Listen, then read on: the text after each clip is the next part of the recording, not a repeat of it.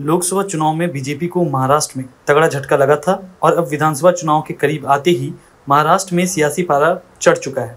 इस बीच पूर्व मुख्यमंत्री और कांग्रेस के वरिष्ठ नेता सुशील कुमार शिंदे का एक बयान काफी ज्यादा सुर्खियों में आ गया है, जो सियासी तपिश को और बढ़ाएगा। मनमोहन सिंह की सरकार में मंत्री रहे सुशील कुमार शिंदे ने खुलासा किया था कि बीजेपी ने उन्हें और उनकी बेटी परिणीति शिंदे को ऑफर दिया था। हालांकि उन्होंने ये भी साफ कर दिया था कि वह कभी कांग्रेस नहीं छोड़ेंगे। सुशील कुमार शिंदे ने सोलापुर में कार्यकर्ताओं को संबोधित करते हुए ये खुलासा किया था। शिंदे ने कहा था कि बीजेपी ने मुझे और परिणीति शिंदे को ऑफर दिया है, भले ही बीजेपी पेशकश करे, लेकिन कांग्रेस हमारे खून में है, हम कांग्रेस कभी नहीं छोड़ेंगे। सुशील कुमार शिंदे ने कहा था कि मैं 2 बार चुनाव हार चुका हूँ, परिणीति और मेरे लिए बीजेपी में शामिल होने का ऑफर आया है, लेकिन अब यह कैसे संभव है? जिस माँ की गोद में हम बड़े हुए, जहाँ हमने अपना बचपन और जवानी बिताई, उसे कैसे भूल जाएं? अब मैं 83 साल का हूँ, तो अब मैं कैसे कह सकता हूँ कि जो बीजेपी कह रही है वह सही है। सुशील कुमार शिंदे ने यह भी कहा कि आप भी जानते हैं कि परिणीति बीजेपी की झांसी में नहीं आएंगी। पूर्व सीएम ने आगे कहा था कि राजनीति में हार और जीत होती रहती है। ऐसा ही हुआ था पंडित जवाहरलाल नेहरू के साथ, वे भी हार गए थे।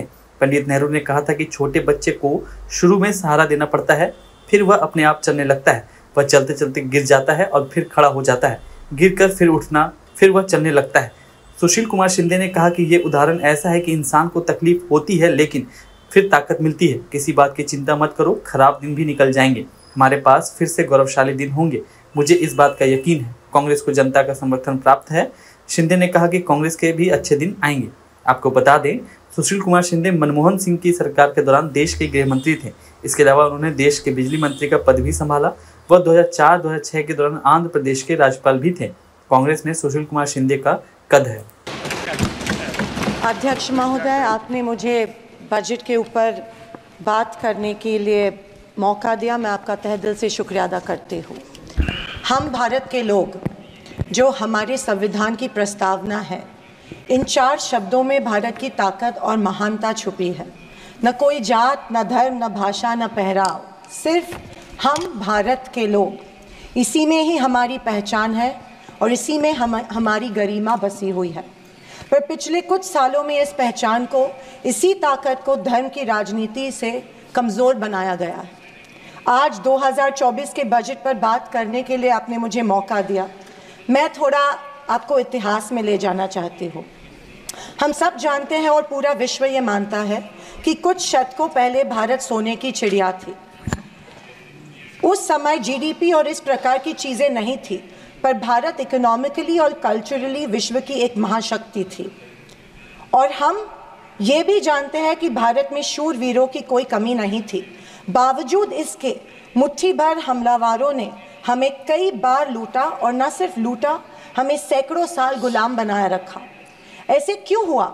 पहले मुगल, फिर अंग्रेज ने भारत पर राज किया। ये वो कर पाए क्योंकि सोना, चांदी, हीरे जवाहरात, पैसे की कोई कमी नहीं थी, लेकिन कमी सिर्फ एक बात की थी, और वो थी सामाजिक एकता की। धन, दौलत, ताकत कुछ मुट्ठी भर राजाओं और समाज के ठेकेदारों के पास थी। 90% समाज प्रताड़ित था, और मैं ये कहूँगी कि जानबूझकर इन्हीं समाज के ठेकेदारों के द्वारा देश गरीब रखा गया था। आज हमारा देश दुनिया की 5वीं लार्जेस्ट इकोनॉमी है, और मुझे ये उम्मीद ही नहीं बल्कि पूरा विश्वास है कि हम जल्द ही दुनिया की पहले नंबर की इकोनॉमी बनेंगे, क्योंकि इसके प्रगति की मजबूत नींव स्वतंत्रता के बाद के सरकार ने रखी थी। पर इसी के साथ आज हम सामाजिक तौर पर जात, पात, धर्म की शाखाओं में बिखरते जा रहे हैं, कमज़ोर होते जा रहे हैं। फाइनेंशियल इनइक्वालिटीज़ बढ़ती जा रही है। पैसा और सत्ता कुछ चंद ठेकेदारों के पास संचित हो रहा है, या मैं ये कहूँगी कि सत्ता की लालसा में ऐसा करवाया जानबूझ के जा रहा है। मेरी ये सब बातें कहने का तात्पर्य यही है कि समाज की प्रगति सिर्फ मजबूत इकोनॉमी से ही नहीं, समाज की एकता में है, और हमें इतिहास में हुई गलतियों को दोहराने से बचना चाहिए। बीजेपी पिछले 1 दशक से सत्ता में है, पर इनके मुताबिक आज भी हिंदू खतरे में है। क्या ये हकीकत है, या फिर बीजेपी हिंदुओं को इस डर में रखकर अपनी राजनीति चमका रही है? आप बताएं, जो संस्कृति हजारों साल गुलामी के जंजीर में जकड़ी पड़ी है, रहने के बावजूद जिंदा है, जिंदा ही नहीं सारे विश्व में अपना डंका बजा रही है, वो खतरे में कैसे आ सकती है? पर फिर सोचने पर मुझे महसूस होता है कि बीजेपी और उनकी नीतियां की वजह से हिंदू खतरे में है। एक नदी के बहाव की तरह बहती चली आ रही हमारी हिंदू संस्कृति है। सामने आने वाले हर कट्टरता के पहाड़ों को काटते हुए, हर पत्थर के सेंध लगाते हुए वो बह रही है। उसके बहाव को ना कोई तलवार काट सकती है, ना ही कोई पहाड़ रोक सकता है। पर आज दुर्भाग्यवश उसी नदी के बहाव रोककर कट्टरता में ढालने की कोशिश की जा रही है, और मैं समझती हूँ कि यही भारतीय संस्कृति के पतन का कारण बन सकता है। अध्यक्ष महोदय, डॉक्टर बाबा साहेब अम्बेडकर ने बनाए गए संविधान के बदौलत पिछड़े और दलित वर्ग को आरक्षण के जरिए समाज में स्थान और सम्मान मिला, पर आज वह आरक्षण भी इनके नजरों में खटक रहा है। इसीलिए सभी सरकारी और निम्न सरकारी कंपनीज का प्राइवेटाइजेशन करके इनडायरेक्टली आरक्षण खत्म करने का षड्यंत्र बीजेपी कर रही है। स्पीकर सर, इनके मुताबिक गए 2014 के पहले कोई भी अच्छा काम देश में नहीं हुआ, और कुछ महानुभावों के मुताबिक देश आज़ाद ही 2014 में हुआ। खैर, आप कितनी भी कोशिश कीजिए, लेकिन इस सच्चाई को नहीं झटला सकते कि आज जो भारत चांद पर पहुंचा उसकी नींव इसरो के रूप में पंडित नेहरू जी ने रखी थी।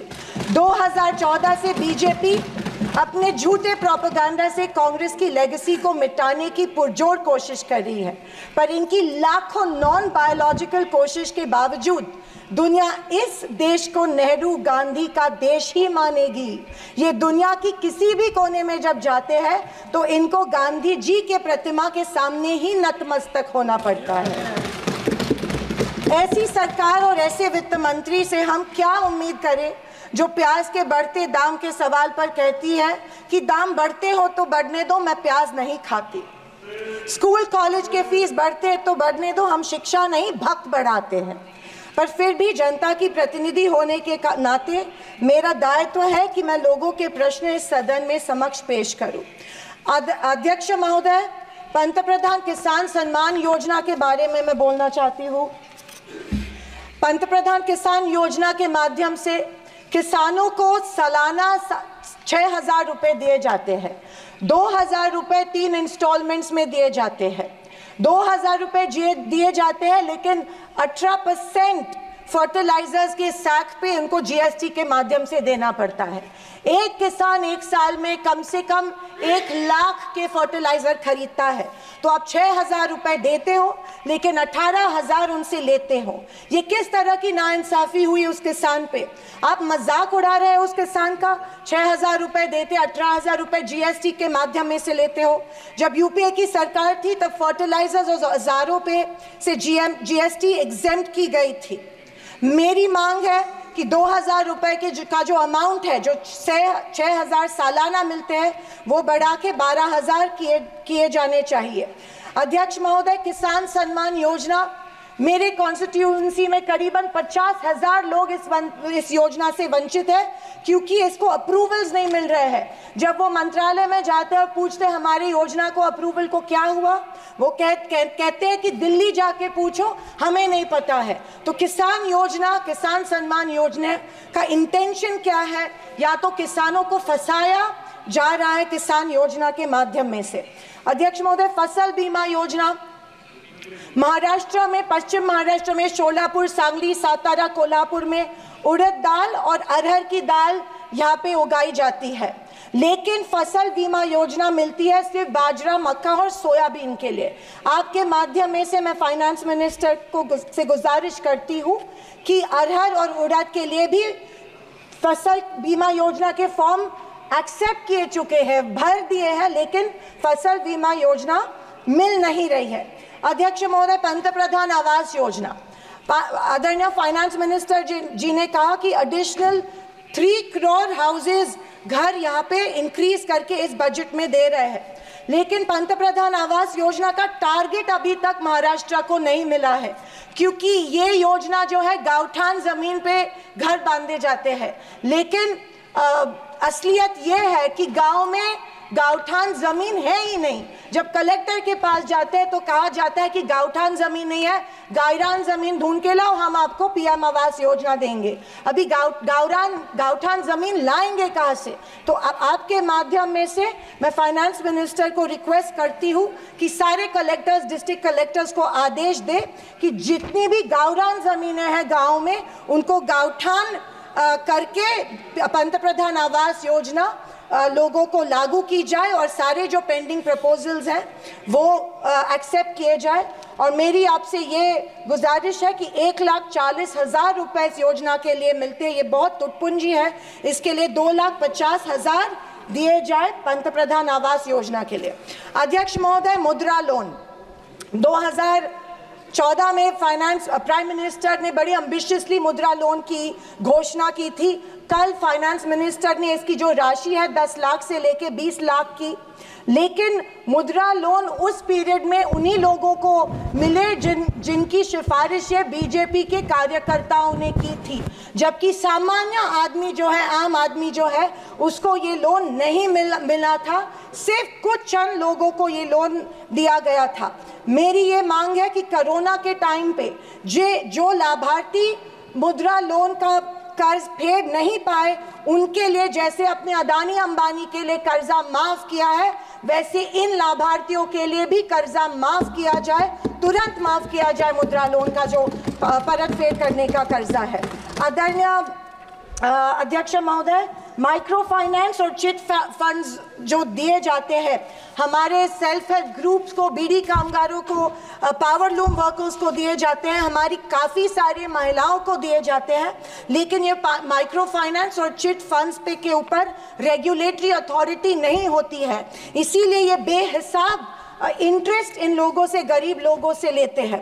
अध्यक्ष महोदय, मुझे इस बात का दुख हो रहा है कि कल के बजट के स्पीच में हमारी अन्न धान्य सुरक्षा योजना जो है, अन्न सुरक्षा योजना जो यूपीए सरकार ने लाई थी, उसके बारे में फाइनेंस मिनिस्टर ने कोई जिक्र नहीं किया। पिछले 10 साल से हमारे देश का जो गरीब है उसको एपीएल कार्ड धारक को अन्न धान्य योजना का लाभ नहीं मिल रहा है। 10 साल से करोड़ों लोग इस योजना से वंचित रह रहे हैं, भूखे मर रहे हैं, और जैसे शैलजा जी ने कहा था, कुपोषण का प्रमाण जो है हमारी देश में बढ़ रहा है। गरीब लोगों से जानबूझ के एक form, give up subsidy form, जानबूझ के भरा जा रहा है, उनको बिना बताए कि अगर ये फॉर्म आप भरेंगे तो आपकी फूड सब्सिडी कट हो जाएंगी।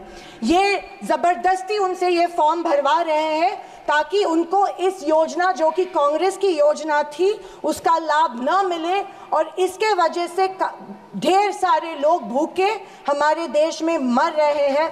मैं फाइनेंस मिनिस्टर से ये गुजारिश करती हूँ कि एपीएल कार्ड धारक को तुरंत इस योजना का लाभ मिला जाए और सारे के सारे जितने भी लोग हैं उनको धान मिला जाए। अध्यक्ष महोदय, कल के स्पीच में आंध्र प्रदेश और बिहार के ऊपर बहुत प्यार जताया गया। मुझे उस बात से कोई कंप्लेंट नहीं है, पर महाराष्ट्र से इतनी नफरत क्यों नहीं महाराष्ट्र की तरफ उतना ही प्यार जताया गया जो बिहार और आंध्र प्रदेश के जताया गया? क्यों? क्योंकि उनको पिछले लोकसभा में कम सीटें मिली, या शायद उनको अंदाज़ा आया कि आने वाले इलेक्शन में उनको वो चुनाव हारने वाले हैं। मैं वित्त मंत्री को बताना चाहती हूँ कि महाराष्ट्र में हिंदवी स्वराज की नींव महाराष्ट्र में रखी गई थी। कणखर देशा, राकट देशा, दगडाचा देशा, महाराष्ट्र देशा, ये हमारे प्यारे महाराष्ट्र के बारे में कहा जाता है, लेकिन अफसोस है कि महाराष्ट्र की तरफ कोई ध्यान नहीं दिया जा रहा है, सिर्फ महाराष्ट्र का इस्तेमाल किया जाता है। अध्यक्ष महोदय, रेलवेज के बारे में बोलूं तो रेलवेज में स्लीपर कोच की संख्या जो है वो कम कर रहे हैं और फर्स्ट क्लास और सेकंड क्लास की संख्या बढ़ा रहे हैं। देश का जो आम गरीब आदमी है वो स्लीपर कोच से ट्रैवल करता है, वो फर्स्ट क्लास और सेकंड क्लास से नहीं किया जाता है। मैं आपके माध्यम में से मेडन स्पीच माध्यम में से गुजारिश करती हूँ कि स्लीपर कोचेस की संख्या बढ़ाई जाए। अध्यक्ष महोदय, मेरी शोलापुर के कुछ मांगे रखती हूँ और मैं समाप्त करती हूँ। हमारे शोलापुर में एयरपोर्ट है लेकिन एयर सर्विस नहीं है। उड़ान स्कीम में आया गया है लेकिन जानबूझ के वहाँ पे जो चिमनी थी, ऑब्स्ट्रक्शन था, वो तोड़ा गया, लेकिन अभी तक वहाँ पे एयर सर्विस शुरू नहीं है। बोरामनी एयरपोर्ट है, वहाँ पे इंटरनेशनल एयरपोर्ट के लिए फंड्स एक बार दिए गए, लेकिन फिर फंड्स नहीं दिए गए। मैं वित्त मंत्री से गुजारिश करती हूँ कि बोरामनी एयरपोर्ट के लिए फंड्स दिए जाए। मंगावेड़ा जो हमारा तालुका है, वहाँ पे जो इरिगेशन स्कीम है, वहाँ के 35 गांव जो है वो पानी से वंचित है। मैं विनती करती हूँ कि वो गांव के लिए भी आप इरिगेशन स्कीम जल्द से जल्द अप्रूव करें। अंत में मैं यही कहना चाहती हूँ कि बीजेपी विपक्ष की अवहेलना कर रही है कि हमें इतनी सीट्स मिली, जनता ने अस्वीकार किया, पर आपके 400 पार का क्या हुआ। पर मैं उनसे कहना चाहूँगी कि हम स्वीकार करते हैं कि सरकार बनाने के लिए पर्याप्त सीट्स नहीं जीत पाए। हाँ, हम हमारी बातें जनता को बेहतर तरीके से शायद नहीं समझा पाए, लेकिन ये भी कहना चाहूँगी कि हार गए तो क्या हुआ, झोला उठा के चल नहीं देंगे, यही डटे रहेंगे। एक मजबूत विपक्ष के रूप में भारत की जनता की आवाज़ बुलंद करते रहेंगे, सिर्फ और सिर्फ इस देश के लिए और इस देश के जनता के लिए। और आखिरी कुछ शब्द कह के मैं समाप्त करना चाहूँगी कि सत्ता की लालच में न फैलाओ समाज में ध्रुवीकरण का रोग, सत्ता की लालच में ना फैलाओ समाज में ध्रुवीकरण का रोग, आपकी हस्ती मिटा देंगे हम भारत के लोग। जय हिंद, धन्यवाद, जय महाराष्ट्र। धन्यवाद माननीय सदस्य श्री जगदीश शेट्टर जी। जगदीश और आप हमसे जुड़े रहने के लिए सब्सक्राइब करें YouTube पर, फॉलो करें Twitter पर और लाइक करें Facebook पर। और ज्यादा जानकारी के लिए आपको टाइप करना होगा सिर्फ न्यूज नशा।